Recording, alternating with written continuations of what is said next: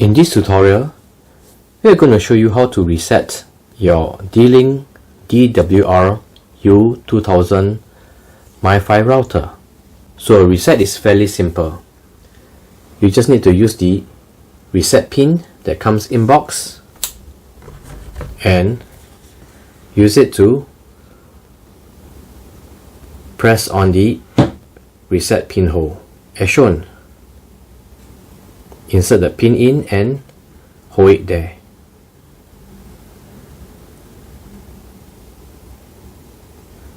Once all the LED goes off, release the pin from the reset pinhole, and the reset would have been done.